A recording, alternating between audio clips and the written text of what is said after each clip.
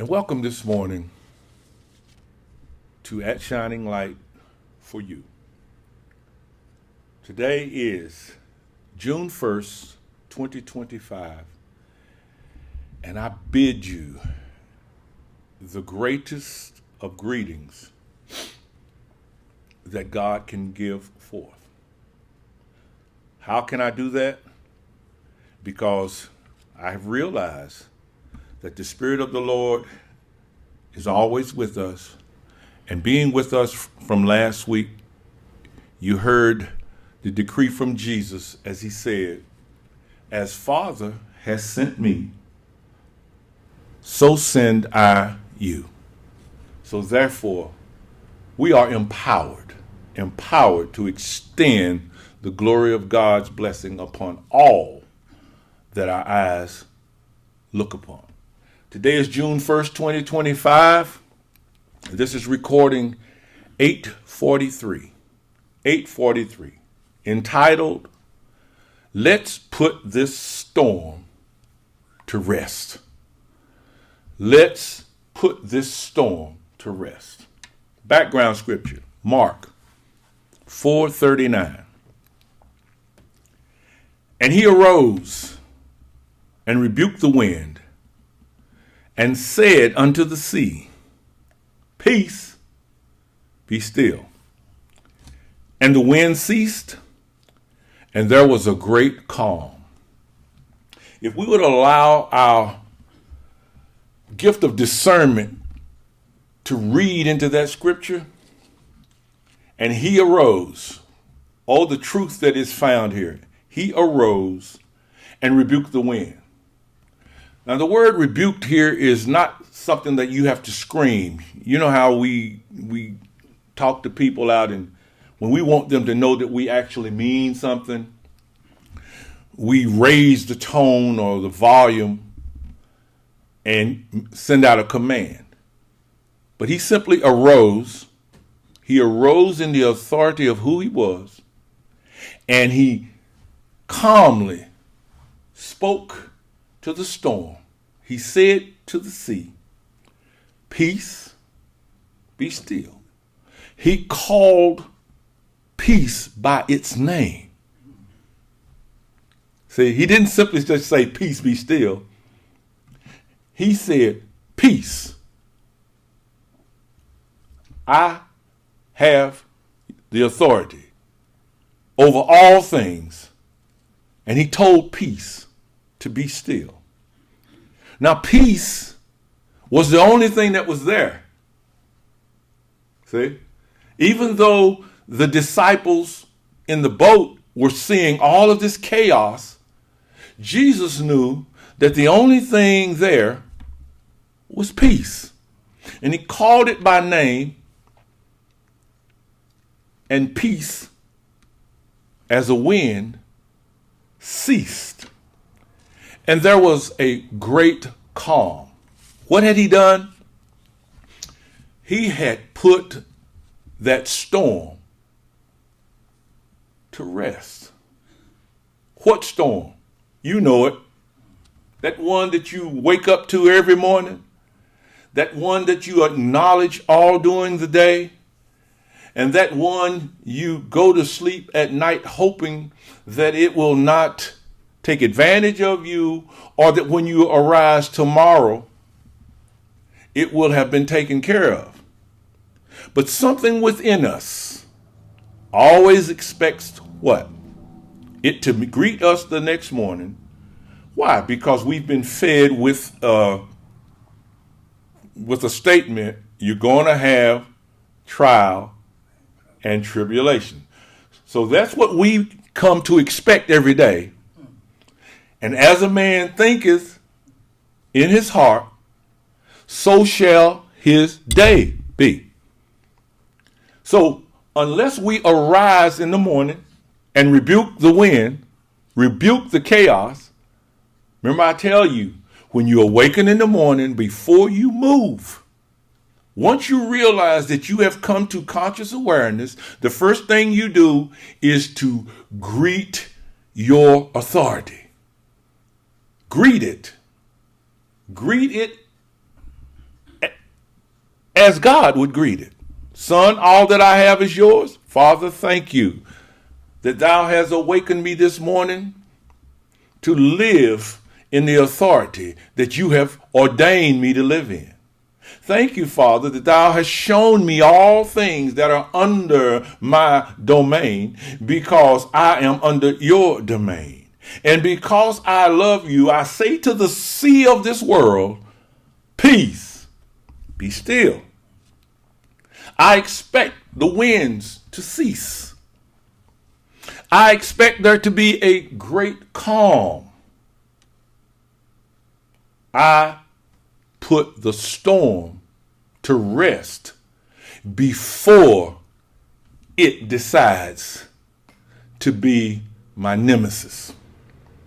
Now, to get to this, let's go back and look at the couple of scriptures that precede Jesus arising in the boat. In verses 37 and 38, it says, and there arose a great storm of wind, and the waves beat into the ship, so that it was now full. And he was in the hinder part of the ship, asleep on a pillow. And they awake him, and say unto him, Master, carest thou not that we perish? Look at this picture, y'all. Look at it. You're abiding, minding your own business, right? And storms seem to come out of anywhere and everywhere. And all you're doing is looking. You're looking with your eyes. And when you look out there, this thing seems to come and get right in your face, and it grabs your attention. And instead of it coming to you to see what you would say to it, you judge it to be a storm coming to take you out. Something coming to disrupt the peace that God has given you. And it says it comes as a storm of wind. It's moving. Sometimes you even feel your insides moving left, moving right, up and down. You feel this pressure coming in. There comes this something within you that causes you to go, oh my goodness, what is going on? And you begin to do what? Pay attention to the effects that it is having on you. And its waves begin to beat against the ship. What is the ship?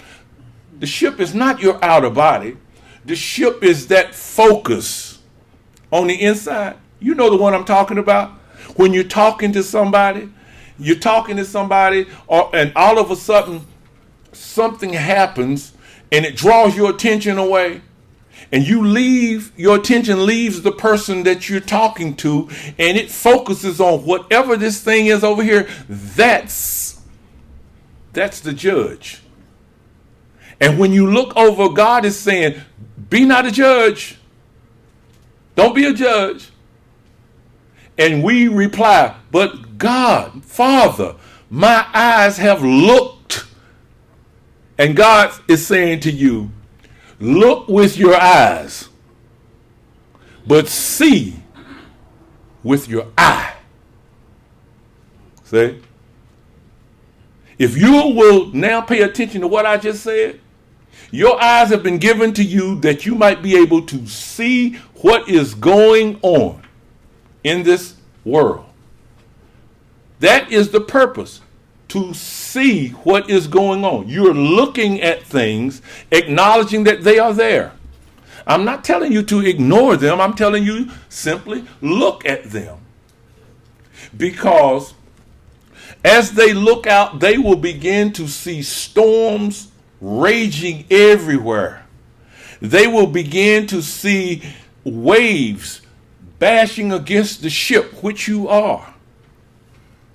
And if we're not careful, what happens? The ship becomes full. Full of what? Full of what it's looking at. And as it's looking at it, there is something within us called the eye that sees eternal.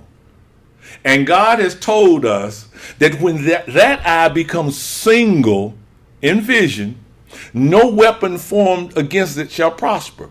But we usually do not give it the ability or the time to make a judgment. We quickly make a judgment on our own, determining what to do because of what our eyes external have seen, what they have looked upon. And it says that the Spirit of God was resting in the hinder part of the ship. See? Jesus is resting in the hinder part of the ship, asleep on a pillow. Can you imagine sleeping on a wet pillow? And the boat being full? If the boat is full, what do you expect to happen? Sink. So now we're looking with the eyes. And the eyes are seeing this chaos all around us. That storm that seems to live in you.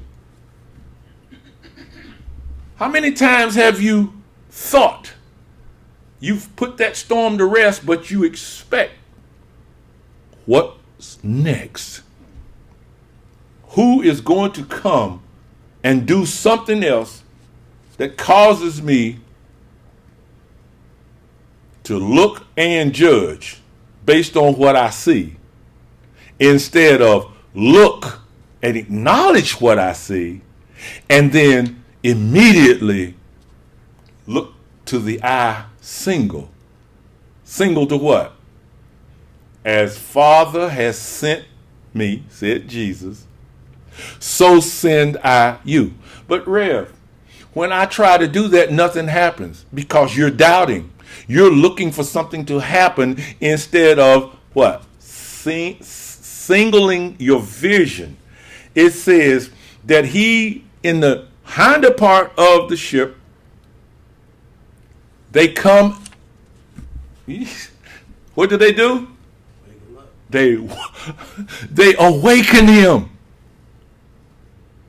What is that saying to me? It does not matter what my eyes are looking at. Wake him up. How do I wake him up? By acknowledging that he's there. That's it. You don't have to do anything else. Just acknowledge that he's there. Yeah, but what if nothing happens? Wake him up. Don't let him remain asleep, or you will be doing what? Asking the next question. Master, you who God says are within me,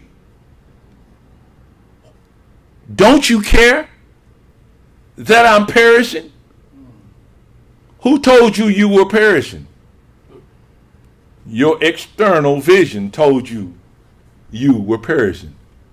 You change that. I am looking with my eyes. That's what they were given to me to do. Not to make judgments, to look.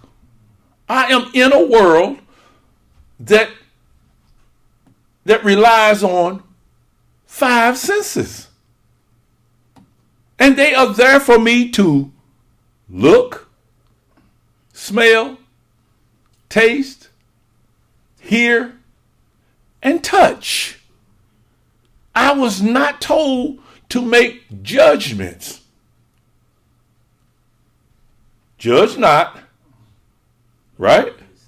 Judge not lest ye be judged.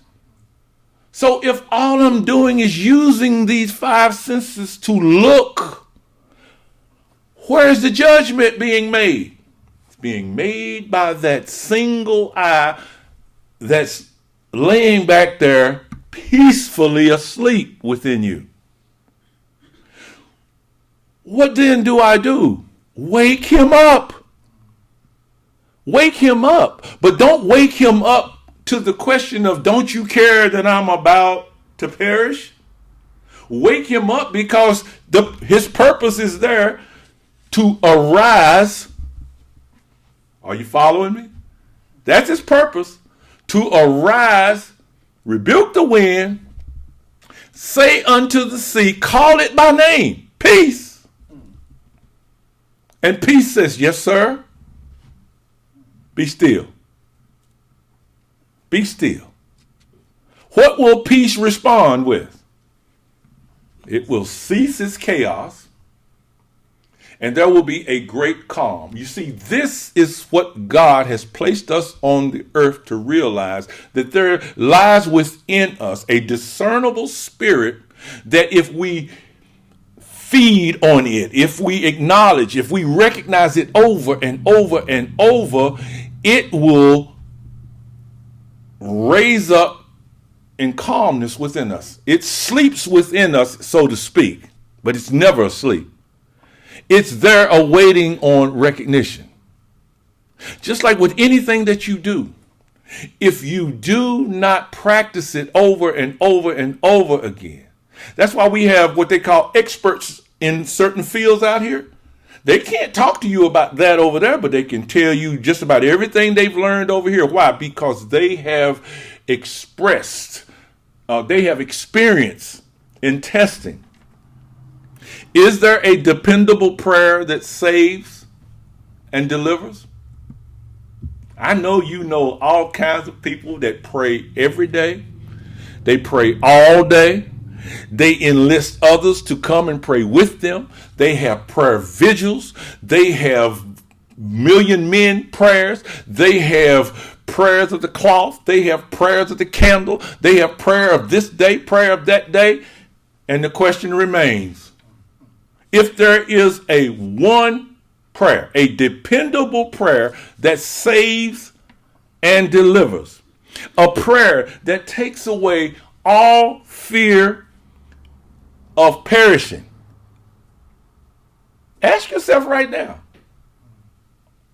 am I afraid of perishing?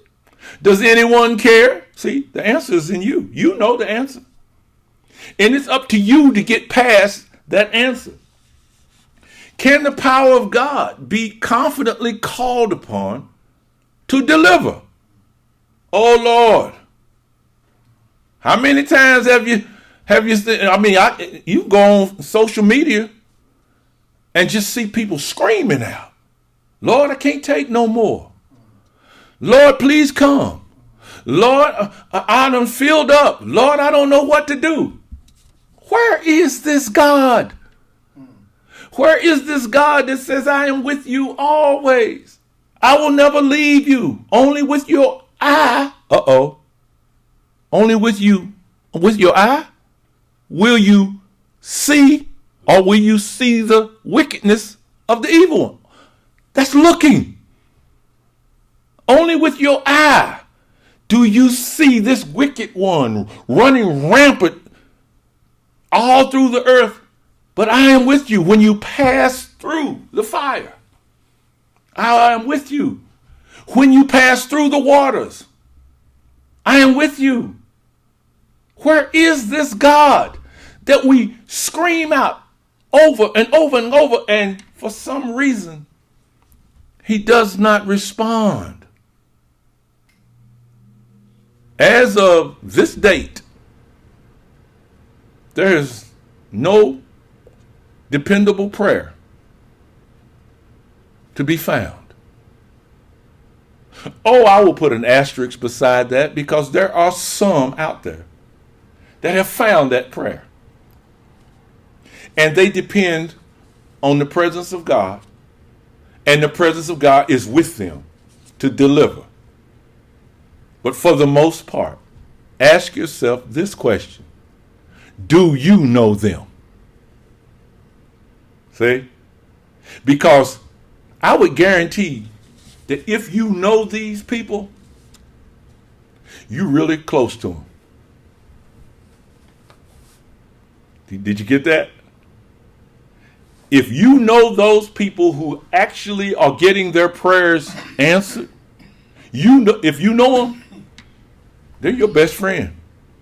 You're making contact with them, and you're staying with them, and you're watching what they do, because you see the fruitage. They are known by their fruits.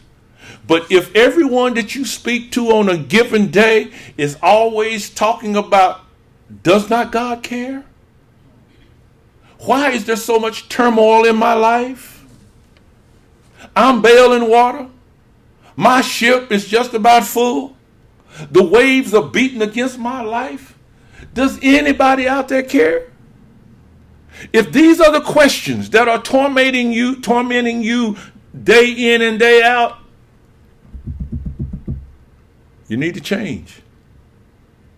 You need to learn how to put this storm to rest. You know why? Because it's only one storm, y'all. It takes on different forms. It takes on the form of poverty. It takes on the form of financial ruin. It takes on persecution. It takes on homelessness. It takes on the form of, you name it, sickness, disease. But guess what? It's only one storm. It's only one storm. What then is there that cares whether we perish or not? Is there something out there that actually cares? Did Jesus get up from the hinder part of the ship and come forth and speak to the wind? Think about it. He got up. Did he care? Yes, he cared. Why didn't 12 disciples look at him and say, OMG, teach us how to do that? What did they do? They simply said, what manner of man is this that is able to do that? When they should have been saying, O Lord, my God, teach me. You see, here's your answer. There is something that cares. It's a principle. It's the principle of life. It's the principle that runs the universe. It's the principle that has dominion over all things seen and unseen. It is the principle that reveals itself in individual being. I hope you caught that. It is not an overwhelming principle that shows itself to the whole world, even though it is showing itself to the whole world 24 hours a day, 7 days a week. It is there for the individual to recognize, to discern that it's there, and to recognize it. It is the essential principle that reveals that divine truth or the divinity of individual being. It is the proof, the truth that revealed itself to Moses on the mountain. When Moses realizes, I am that truth. It's the one that reveals itself to Paul. When Paul says, nothing shall separate me from the love of God. For the life I now live, I live by the faith of the Son of God. I have been crucified with Christ, but nevertheless I live. It is the principle that reveals itself to John. When John says, in the beginning was the Word, and the Word was with God. All things were made by this principle. Please, I'm not trying to take any respect from God, but God is principle. God is intelligence and God is principle, and he who finds God puts the storm to rest. I heard a man say the other day at a funeral that he had lived, and that this man got to be early 90s now. And he says, out of all of my living and all the things that I have accomplished in this world, I come to a conclusion that we're only put on this world, in this world, to find God. I wanted to just jump up and run and hug him. But to get to 90 years old to make that realization, when it was given to you at birth, you see, to realize, to recognize that the only purpose here is to find, recognize, discern, and live in God. That's heaven. It didn't say don't work a job. Didn't say don't drive nice vehicles, wear nice clothes. It says, what is your purpose? Your purpose is to understand that the kingdom of heaven is individual being. You can find it when others standing around you don't have the foggiest idea. And they will ask question after question after question, and you will not be able to show them the kingdom of heaven. You can witness to them till you blue in the face and tell them of the things that God has literally done outside of what we call physicality, and they cannot see it. It's up to you to understand the kingdom of heaven is individual being. Well, Rev, where did you get that from? Did not Jesus say, they will come to you and say, lo, he is here. Lo, he is over there. Do not go. Do not follow them. Many will come in my name, saying that they are he, right? Do not follow them. What do I do? He says, the kingdom of heaven is within you. If the kingdom of heaven is within me, what am I but individual being? You should be able to see that. He says, go within you, and there you will find that one who is asleep. It is up to you to wake him up. And as you wake him up, you will realize that the divinity that you call God is your individual conscious awareness of truth. Okay?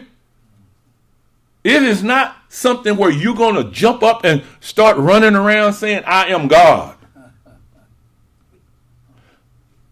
But think about the fact that if you have run all of the money changers, if you run them out of your consciousness and replace them with truth,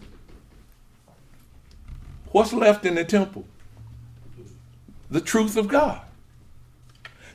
You see, divine consciousness is within every person. This is what most Orthodox Christianity calls the rapture. What? Yeah, remember they say that he's going to come down and rapture all believers away, right? He is. He is. But you know, that's already stated in the 23rd Psalm. I bet you didn't know that. The Lord is my shepherd, right? I shall not want. That right there means I have no need of anything. He leads me causes me to rest in the meadow's grass. That's abundance. These are all the effects, right? He leads me beside the still waters. Still waters. That means calmness. He leads me in the path of righteousness for his name's sake. And here it is. He restores my soul. That's it. That's it. That's the kingdom of heaven. He pushes all of the chaotic, unbelievable things. He pushes them out of my consciousness, and my soul is restored to its original status. Except you accept this statement, you cannot access the kingdom of heaven. You can't. Because the kingdom of heaven is built on truth. It's built on the righteousness of God. It's built on all that God is. And nothing evil can enter into that and align itself with God and said, okay, I'm going to have a few views over here. And, like the man said the other day, I don't agree with Christianity in this. What? You don't agree? Now, this man has persuaded himself that he can go to heaven disagreeing with the gospel. Divine consciousness is where? It's in every person. Whether you want to say it is or not. It's not in you because you are Buddhist.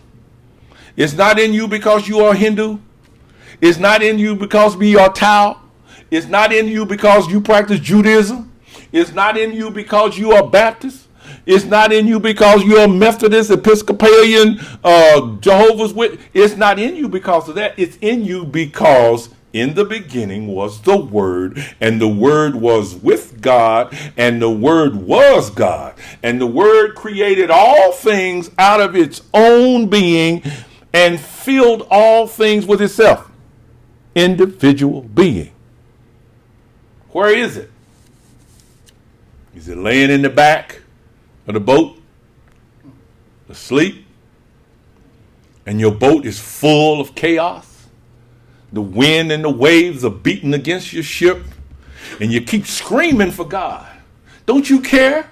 Don't you care that I perish? And God is saying, wake him up. How do I wake him up? I wake him up by accepting the fact that I'm full of him. He is there because he loves me. He has given me all things that pertain to righteousness. And he's asking me for one thing: to present my soul as a sacrifice. That's all he's asking. And if I present my soul, he says, I will run all of the money changers, the backbiters. I'll run them out of your consciousness. You will not be able to run them out of your consciousness because you're one of them. You have built your life on putting up defenses. But God is saying, if you fall in love with me and keep your focus on me, your love for me will one day show you that one gone. That one gone. That one gone. The mind that you have was not given you that you should make crucial decisions with. What mind do you have? We have the mind of Christ. Does the mind of Christ have to sit and make decisions? No. Does the mind of Christ have to weigh this against that? No.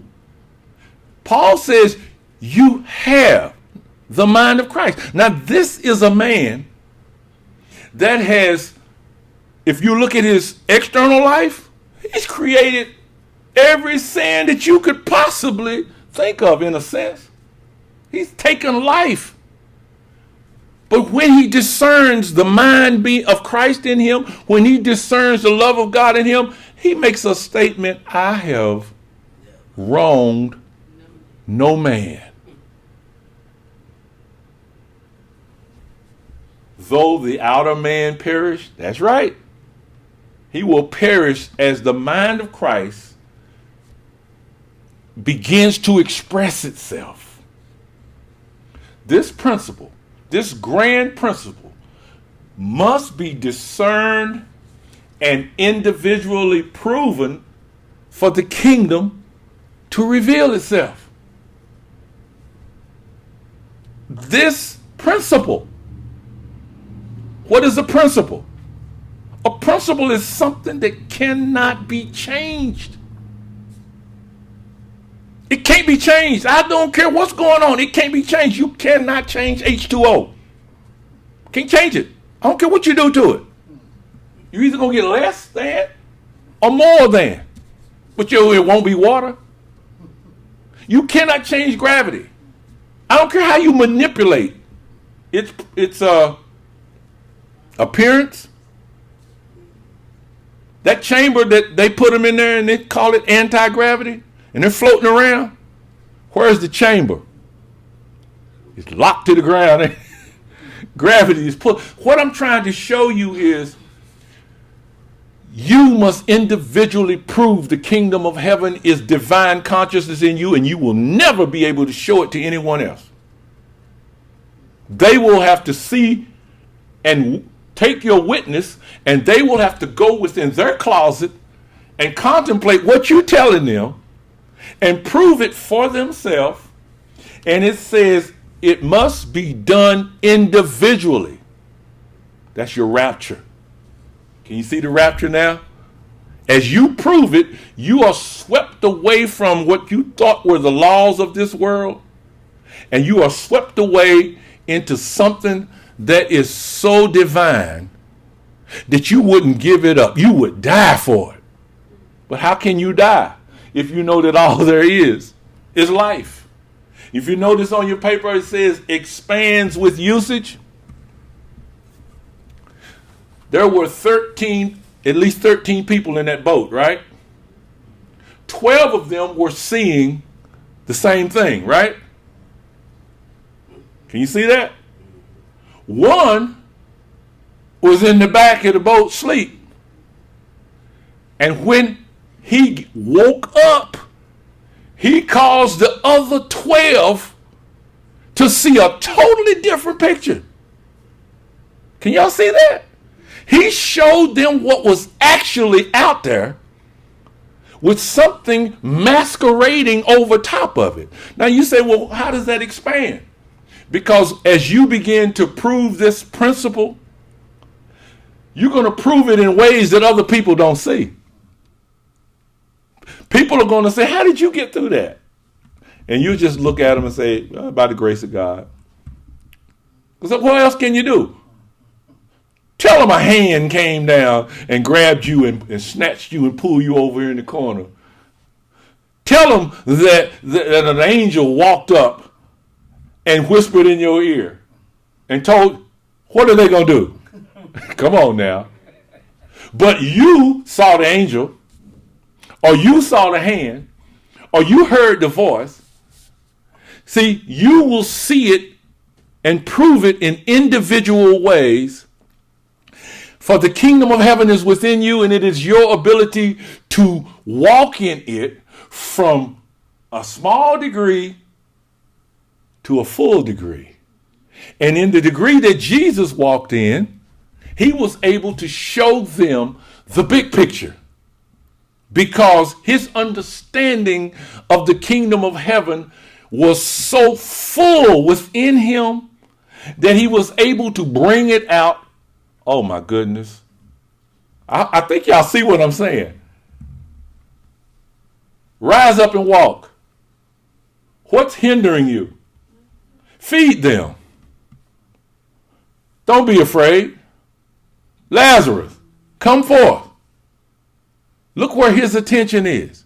He wasn't doing it to be egotistical. He wasn't doing it that they would be able to see that he was something other than whatever. What did he say?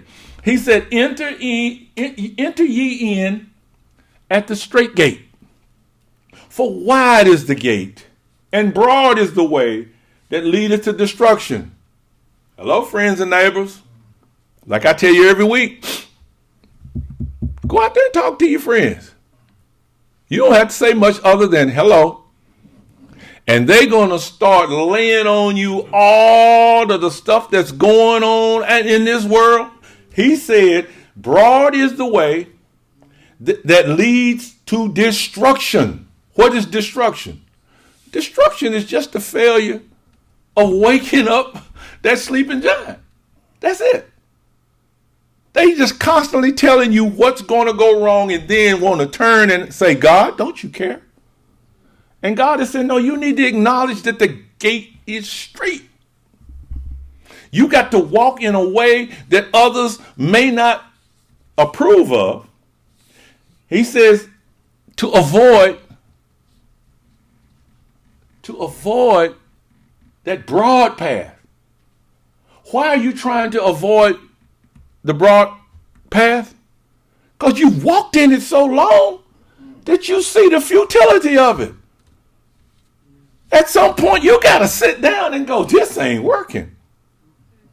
At some point, you got to sit down and go, wait a minute. I might have some flaws, but man, I ain't that bad.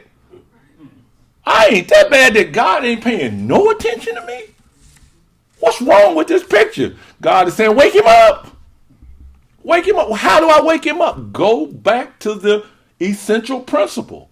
What's the essential principle? I am God, and there is no other. People believe there's two powers.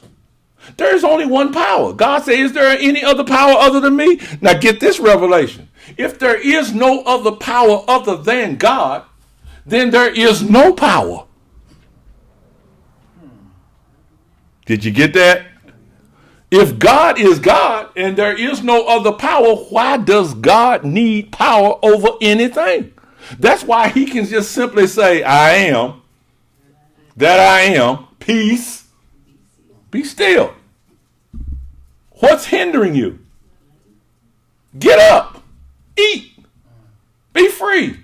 Let he who is among you that is without sin cast it. How can you cast a stone without power? That's the principle. Straight is the gate, and narrow is the way, which leadeth into life, and look what the church has failed to see. And few there be that find it. Until the soul awakens from this hypnotic sleep that it's in, it cannot access the kingdom of heaven. It has to wake up and realize, I was not born to cry. Oh, in this world you're going to have trials and tribulation. And we say it as though God intended us to go. No, he didn't. God did not intend us to go to trial and tribulation. No. In the very first book of Genesis, what did he say? There's a tree, right, that's full of trial and tribulation. Didn't he? What did he say? Don't eat it. Don't eat from it. He's telling you right there, I didn't intend for you to go through hell to find me. Eat from this tree. I've given you this tree. And what people don't realize is both of those trees are in your consciousness. They're not out here in a world. They're in your consciousness. And God is saying, in your consciousness, don't eat from what your senses look at. Eat from the judgment that the singleness of vision that I am, and you are my am. You are how I express myself individually. There, you will find it. In closing, I want to give you the scripture, and I just want you to read it, contemplate it, until he awakens. Ephesians 3, verse 16, Paul says, to grant you, according to the riches of his glory. See, this is Paul's prayer. To be strengthened with might by his Spirit, that Christ might dwell in your inner man by faith, and in your hearts by love, strengthening your understanding and your foundation, so that you may be able to comprehend with all of the saints what is the height and depth and length and breadth,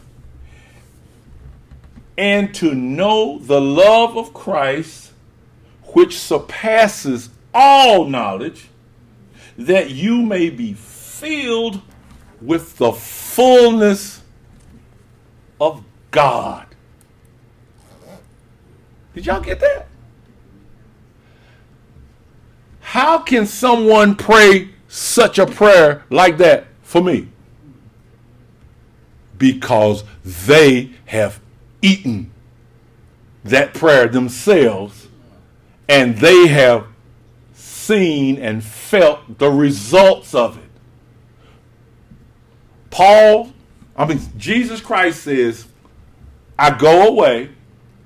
See, and everybody got it. They see him packing his suitcase. That's not what he was doing. He's saying that same prayer.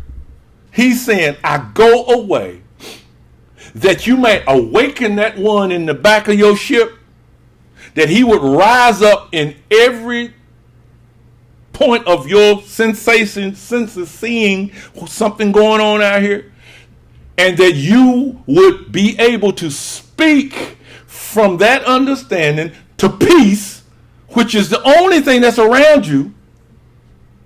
Even though your senses are telling you all this other stuff is out here, it's not. When you wake him up, you will realize that only peace is around you. And Jesus is saying you would be filled with the fullness of God, the understanding, the knowledge of God. Paul is saying the same prayer. He just makes it more understandable to your senses. And guess what happens? What did Jesus say in John 8:32? You shall know this truth. See? How will you know it? Because he's awake. He's awake. And even though I might enter into a situation and fear comes, or rattling comes, or anger, or whatever, I wake him up. I wake him up before I respond. And at some point in time, guess what? I keep him awake. I don't have to wake him up. And the more I rely on him and rely on him and rely on him, you shall know the truth. What happens? Knowing this truth makes you free. Let's put this storm to rest.